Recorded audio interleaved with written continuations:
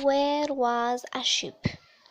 Jack fussed at one.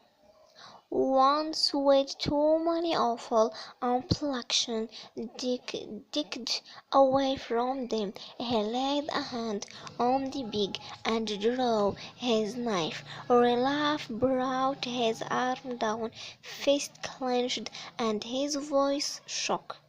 There was a ship out there. You said you would keep the fire going, and you let it out. He took a step toward Jack, who turned and faced him. They might have seen you. We might have gone home. This was too bitter for Biggie, who forgot his immediately in the agony of his loss. He began to cry out shrilly, "You and your blood, Jack married. You and your hunting. We might have gone home." Olaf pushed Becky to one side. "I was chef and you were going to do what I said. You talk, but you can't even build that. Then you go off hunting and let out the fire." He turned away, silence for a moment, then his voice came again on a peak of feeling. "There was a ship, one of the smaller." Hunter began to wail. The dismal torrent was filtering through to everybody. Jack went very red as he hacked and pulled at the big. The job was too much. We needed everyone. Olaf turned. "You could have had everyone when the shelter were finished, but you had to hunt. We needed meat." Jack stood up as he said this, the blood knife in his hand. The two boys faced each other. There was the brilliant world of hunting, tactic fire, exaggeration, skill, and there was the world of longing and baffled. Come, sis." Jack transferred the knife to his left hand and smoothing blood over his forehead as he pushed down the plaster hair. Biggie began again. "You didn't ought to have let that fire out. You said you would keep the smoke going." This from Biggie, and the wail of agreement from Sam to the hunter drove Jack to violence. The bolting look came into his blue eyes. He took a step, and able at last to his someone stuck his face into Biggie's stomach.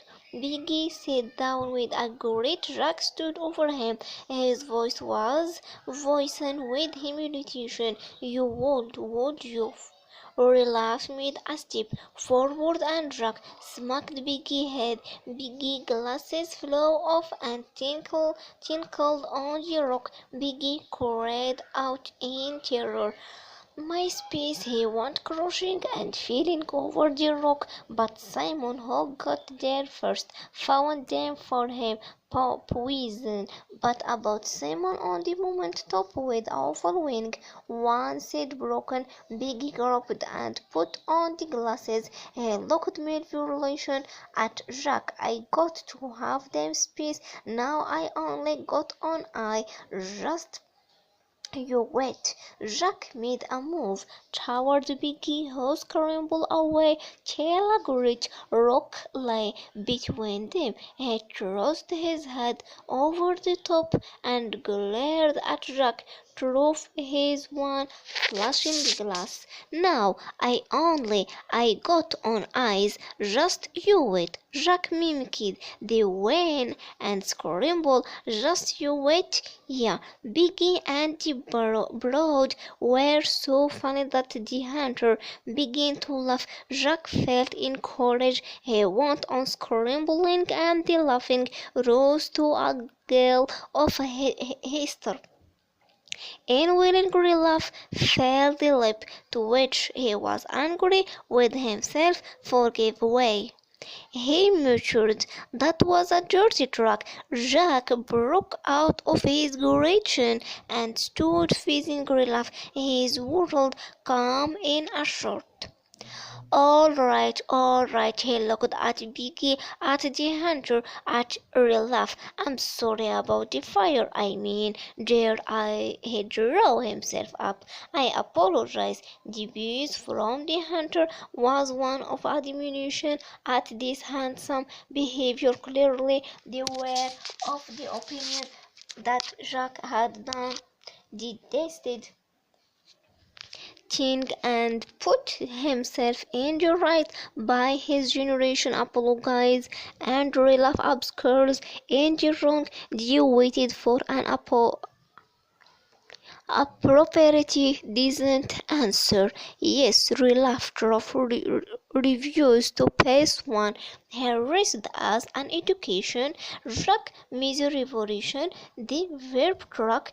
The fire was dead. The ship was going. Cold did not say anger instead of Disney past his true. That was a dirty truck. They were silent on the moment.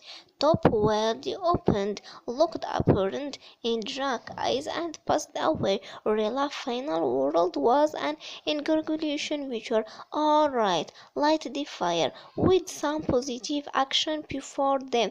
A little of the tense dead. Rella said no more, did nothing, stood looking down at the chair round his feet. Jack was loud and active. He gave orders, sang, whistled, threw a remark at the silent relief, remark that did not need an answer, and Triford could not invite a snap, and still relief was silent. No one, not even Jack, would ask him to move, and in the end they had to build the fire 3 years away, and in a place not real as conversion.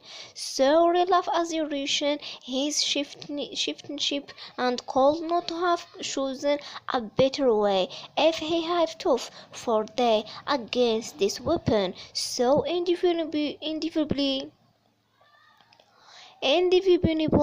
and so effective. Just Jack was powerless and rigged without knowing why. By the time the bell was built, they were on the furnace set of a high barrier.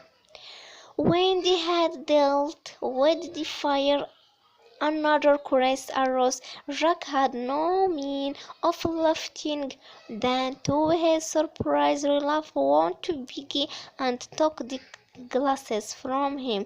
Not even relief knew whom alike between him and Jack had been snapped and fastened elsewhere.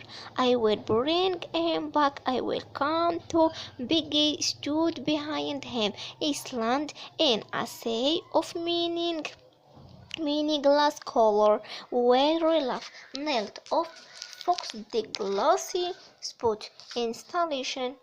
The fire was all right. Biggie held out his hand and grabbed the glasses back. Before this fantastically attractive world of violet and red and yellow and canyons melted away, they became a circle of boys around a campfire, and even Biggie and Rilla were half drowned in.